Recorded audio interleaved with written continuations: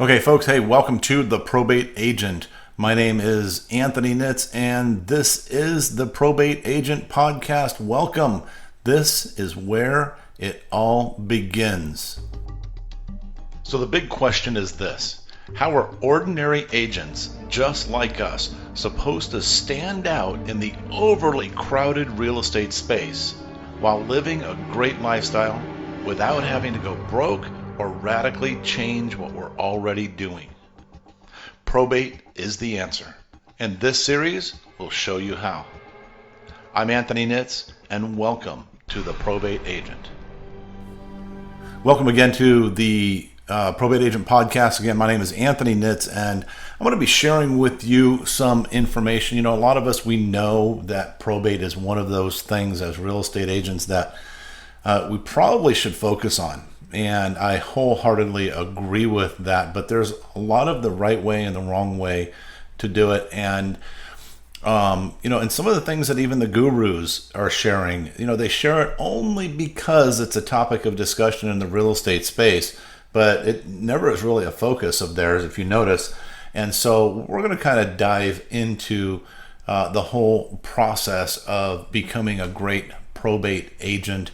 And, first thing, I'm just going to kind of start out. I'm going to tell you a little bit of my story because I want you to understand that, I've got background in this. I've been at this for a long time, and I've seen all the ups, and I've seen the downs, and I've seen the sidewayses, and I've seen all the other nuances of this aspect of the business. Of course, I've done other things other than probate, but I will tell you, in my experience, probate is one of the great tools that's out there, because when you know it and you promote it and you specialize in it, you are looked at as being different in this space, which is so difficult to do when you've got so much competition out there, so many agents out there all fighting for that one little listing.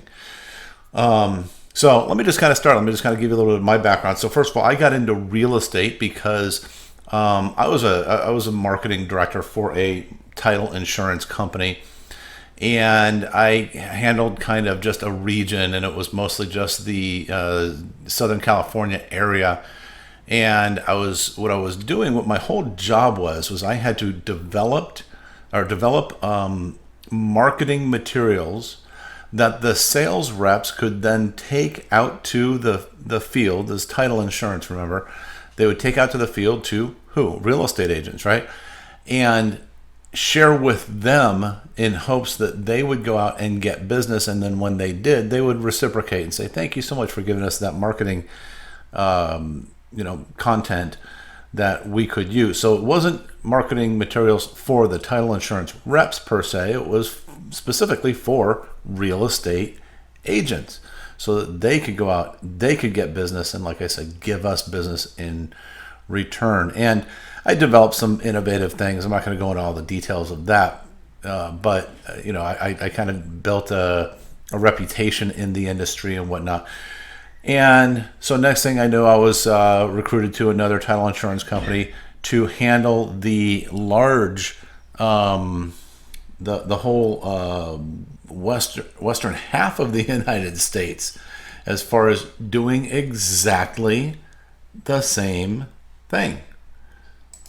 I just developed marketing materials for all these agents, and again, for the title reps to give to the agents and hope to get reciprocity. They would come back to us. It never worked out like that. But chances are, if you were in real estate in the early to mid 90s, chances are you saw some of my stuff, because we came up with some pretty innovative marketing tools. But the result was a lot of agents were coming to us to say, hey, can you help us out? Because we were coming up with some really creative things. The good news was, the way I came up with a lot of the stuff that I did was, I didn't know anything about real estate when I got into working for the title insurance company. So I kind of made stuff up, and what I did was made stuff up that didn't even exist in the real estate space, which then at that time was, oh my gosh, it's innovative. Wow, can't believe we could actually do this.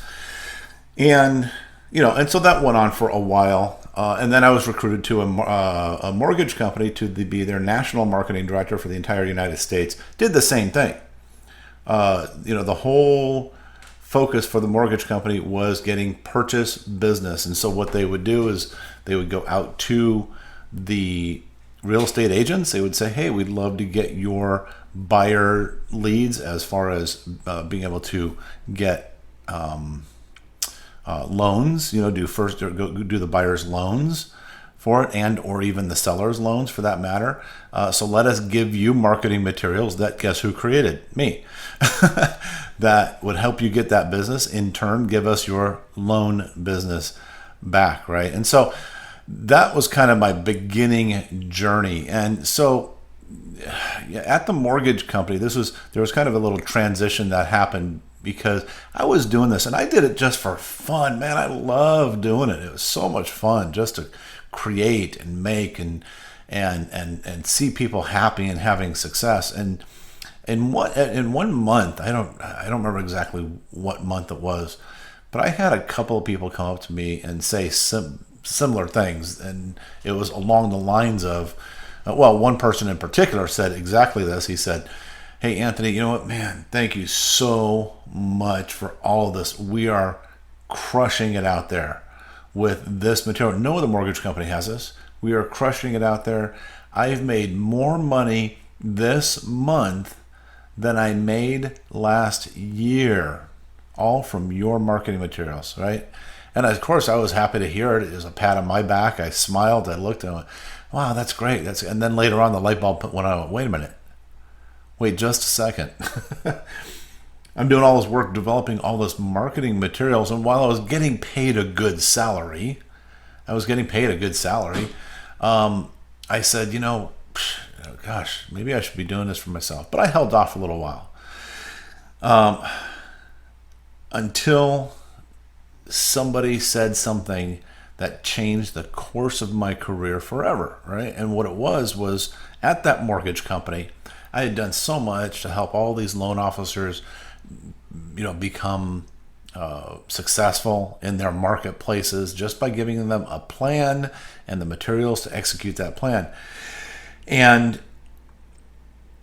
at the time, I could have really used a new car. Nothing was wrong with my car, really. It was just outdated, old, and all the other officers in the company were driving these, really expensive cars now because of, I'm going to claim it, the effort that I put into it, right?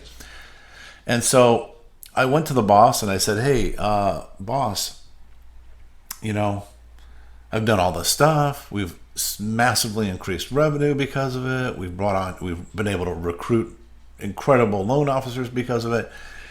I really could use a car allowance.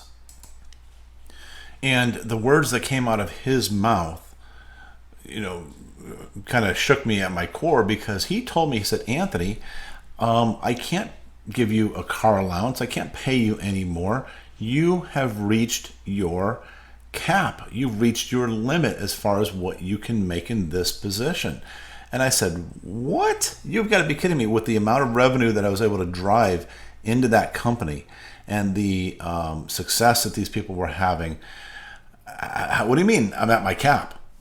How dare you? How dare you tell me that I have a limit to my value?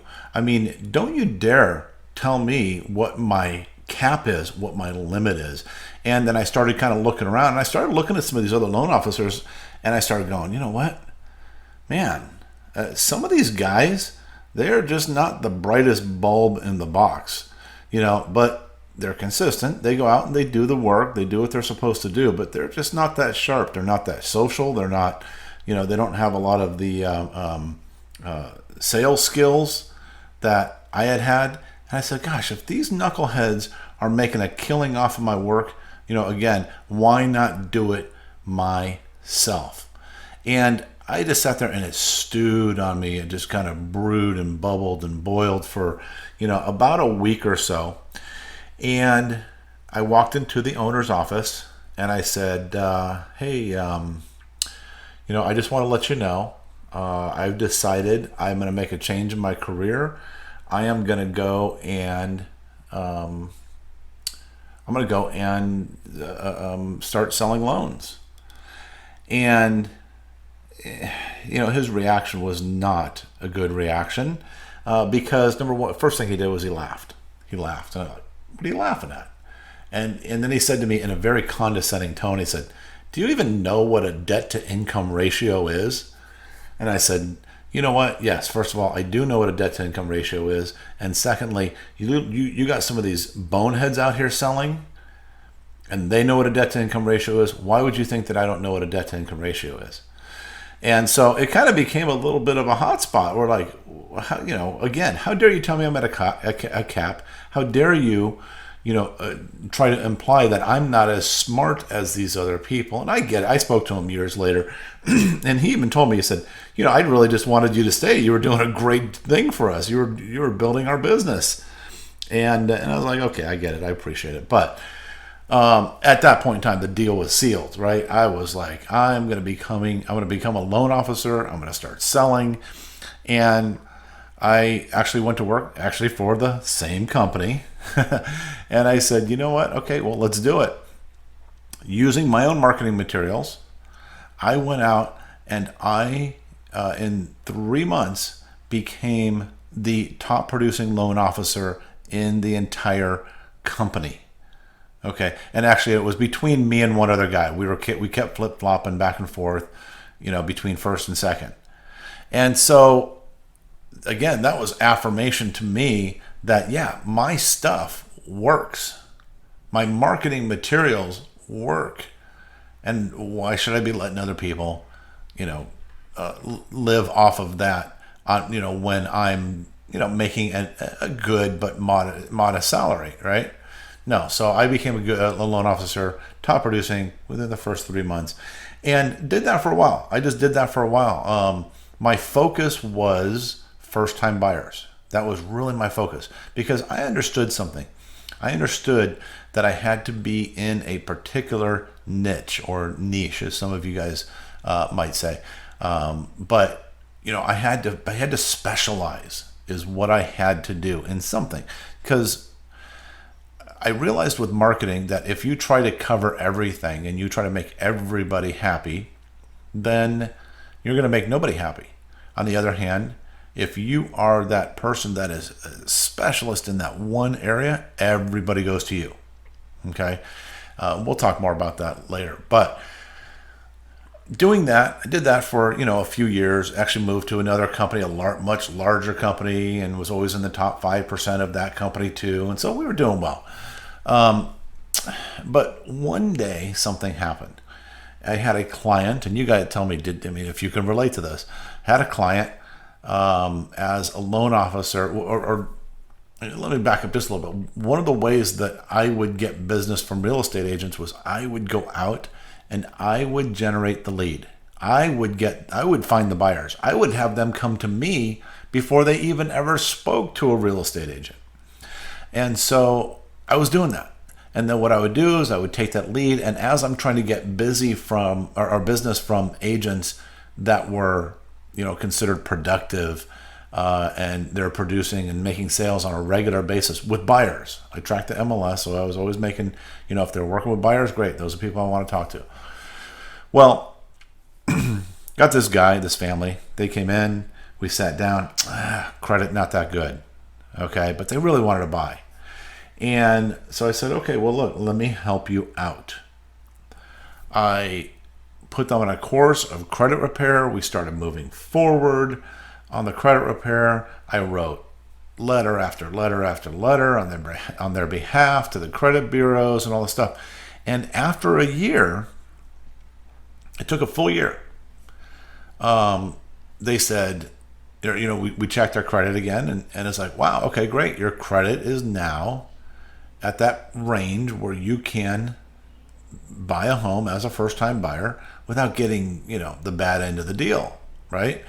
And so they were excited. Great. Oh, let's do it. And I said, okay, good. Look, I'm going to refer you to one of my top agents. Now, this was a new agent that I was trying to get business from. So I called her up and I said, hey, you know what? I've got a buyer. They're fully approved, fully done approved.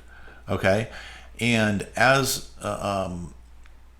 I want to send them to you so that you can just take them out. You find them a house. It's a done deal. It's like walking in with a cash buyer, right? She said, great. That's awesome. Thank you so much.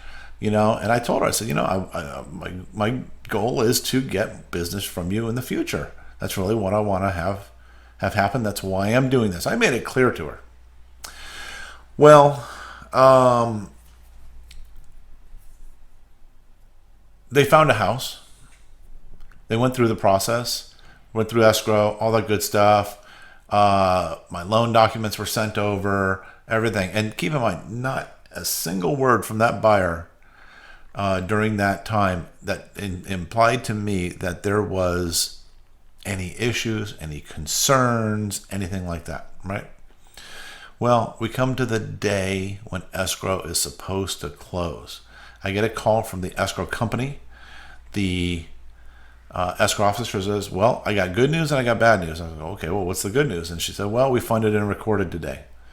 I'm like, oh, great. Awesome. I'm going to get paid. She said, the bad news is it wasn't your loan. So what? You have got to be kidding me. You have got to be, what happened? What happened? I called them up.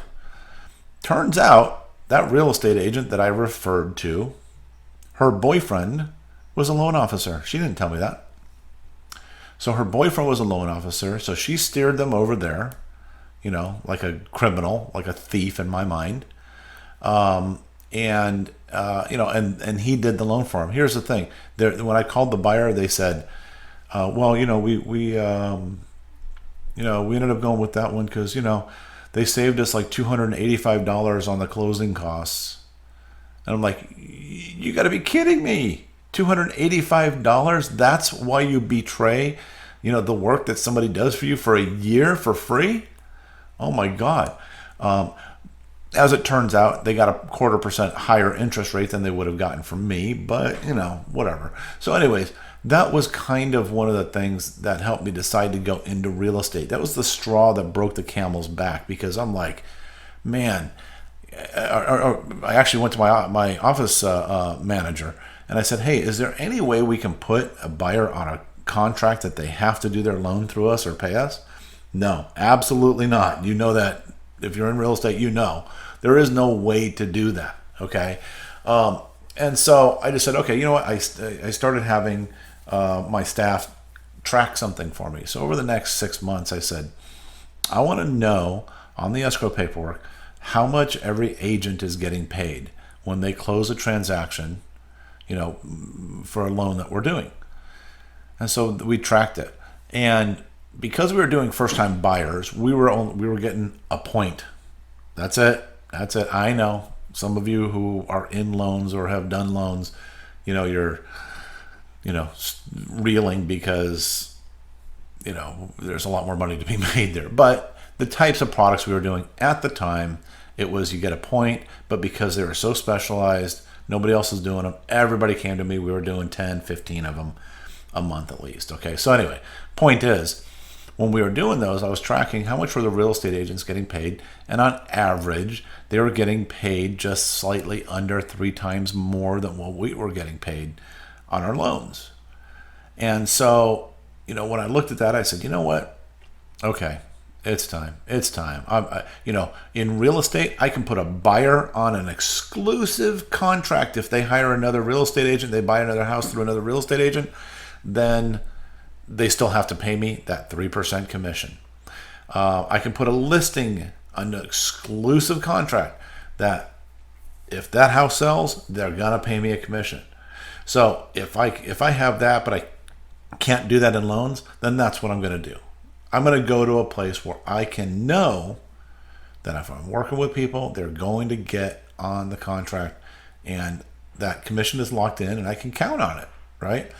Well, so I decided to go into real estate. And I went to one of our large independent companies locally here. And I said, okay, let's do this. Well, I went to a few trainings and things like that. I went through their little, whatever they call it, their quick start thing and get updated and oriented and everything. And I said, okay, great, let's go. I know I've got the marketing materials because I developed them. long before I was an agent. And as a result, I became, the top agent in that office fast. Now, keep in mind, this company had, I want to say at the time, it was like 3 or 4, maybe 5,000 people in Southern California, agents in Southern California. And so, becoming the top agent in the office, I was, again, probably top 5%, maybe, of the entire office, maybe 10%, I don't know. But point is, I'm having success. For my area, I was doing really, really well. That went on for a while, and then they started grooming me for management. They wanted me to get into management because they knew my training skills and my marketing materials and things like that. And there was something that happened at one meeting. The owner was there, all the other managers were there, the CEO was there, all this stuff. And there was a discussion about one agent in particular. And this guy, he was doing way better than I was, way better. And he was on the 90% split. And so, he was making a lot of money on all of his sales, which again, he was making a lot of money. And they were having a conversation of, how do we get rid of this guy? And, I was confused. Like, why would you get rid of this guy? First of all, because he's part of the company, people come to our company. Number one. Number two, the guy has a huge market share in the area that he's servicing. Okay, he was part of another office, but so he has a huge market share. Why would we get rid of him? And I piped up and I said, well, we should probably actually be giving him more support. We should give him, put an assistant in his office, or give him more marketing materials, or give him a marketing budget or something so he can continue that. And what the owner said just shocked me. It shocked me. He told me, and he was a little upset when he said this. He said, Anthony, he said, he's on a 90% split. So that means we make 10% of every transaction that he does, 10%. We currently recruit, 50 to 100 new agents every single month. Each of those agents, we know for a fact, because they've had years and years and years of numbers on this, we know for a fact that a majority of them are going to come in and they're going to sell mom and dad's house. They're going to sell another friend or family member's house. They're going to get lucky and they're going to sell a third one before they realize how difficult and expensive this business is to be in. So, and those people are all on a 50% split. So, in order to get the equivalent percentage from that guy who's on a 90% split, he had to sell 15 homes. He had to sell 15 homes for the company to get the equivalent of what that one agent had to sell 3 homes. And the management and resources and everything that went behind all of that, to them, wasn't worth it. The owner was basically just saying, hey, let's burn and churn agents. Let's burn and churn agents. We're going to get 3 from everybody, and off they go. And that made me sick. I mean, that really made me sick. And I know not all brokers are like that. That's not the point here. I'm just kind of sharing with you my story, my experience, and kind of the things that drove me to the direction that it did. Because it was then I realized that as an agent, I got no real value to my brokerage. Value in friendships and relationships and things like that. But from a dollars and cents standpoint, because I was getting to that point too. I think I had worked up the tier to the 80% bracket. But my eyes were open. I was no different than anyone else in their eyes. No better than anyone. I may have worked harder, and I made great sacrifices to get to where I was getting to. But for them, they were like, hey, we would rather just have a bunch of agents come in, do their 3 deals, and get out. It's cheaper to train these agents and get them in and make the 50% times 3 versus having one great agent who's crushing the marketplace. I get how they come to that conclusion, but at the same time, I don't get it. So anyway, that kind of stuck with me. And so I kind of pulled out of the whole management path. I just kind of slowly just kind of creeped my way out of there because I didn't want to be part of that at all. Not my nature at all. And so I started going to, listening to different trainers and marketers and things like that. And one of the things that kept coming up was that I realized that I had to stand out. I've said this before, but it kept coming back to me. I have to stand out. I have to specialize. I have to be different. And so I'm sitting there going, well, what's that? What do I do different? And I apply what's called the so what rule. Okay. And this is a game that I would play with real estate agents that I was coaching and training and whatnot. And I would say to them, what makes you different? And, we get answers all the time like this. Well, because we care. And I'm like, really? You think that nobody else cares? Do you really think nobody else cares? And if you're listening to this and that's kind of your thing, think about it. Do you think nobody else cares? Do you think people buy that you're the only one who cares? No. And so I say, so what? Everybody else cares. Well, what else makes you different? Well, we're available all the time. So what? Everybody else is available all the time. Well, we like what we do. So what? All these so what things. And I did that with myself. I said, okay, what do I do? I could specialize in horse property. I could specialize in, mansions, things like that. But that wasn't enough of a specialty, right? And one day I got a flyer that came across my inbox, and it was promoting a seminar. The seminar was titled "The Easiest Sale You'll Ever Make, Probate." Right? I was like, wow, okay, the easiest sale I'll ever make. Okay, I like that. That sounds good. I like the easiest sale I ever make. What's probate? I knew. I knew what it was. I've never done one, never been involved in one, never took the time to learn anything about it. But, it sounded interesting. I thought, okay, well, let's go check it out.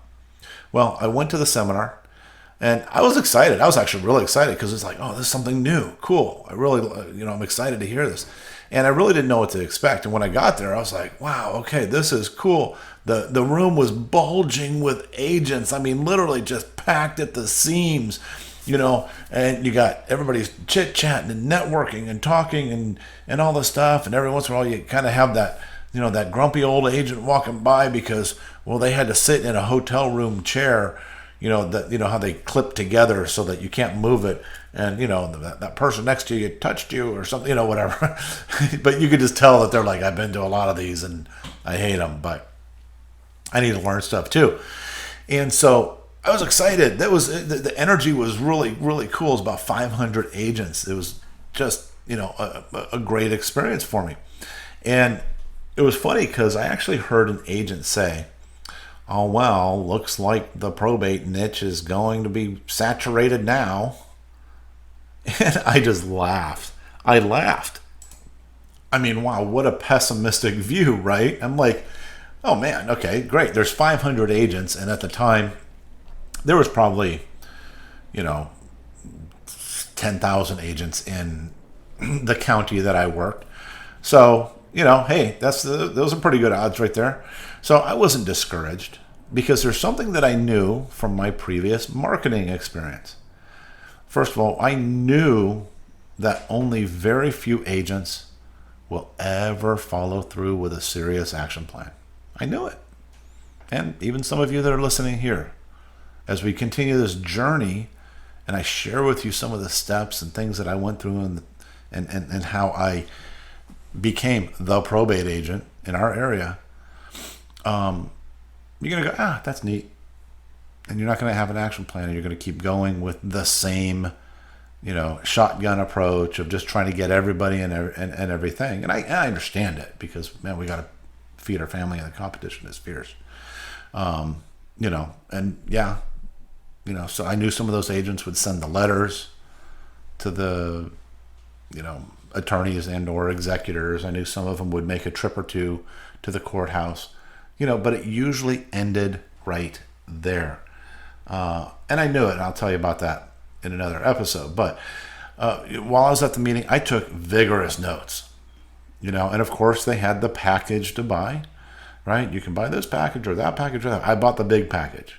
I said, I'm ready to be the probate agent, because in the end, man, all I wanted was I wanted a sustainable business that made my mortgage payment every month, paid the bills, allowed me and my wife to travel, have some fun, enjoy life like we deserved, right? That's all I wanted. I wanted my wife to feel 100% secure, because, we were thinking about starting a family, and I had a decent salary with the mortgage company. I had a salary, man, and I gave that up for commission sales. I remember the day I told her that. I walked in and said, hey, honey, guess what? I gave up this big salary. For the time, it was a big salary, actually. I gave up this big salary. Guess what? I'm going into commission sales, And after I revived her, she was freaked out.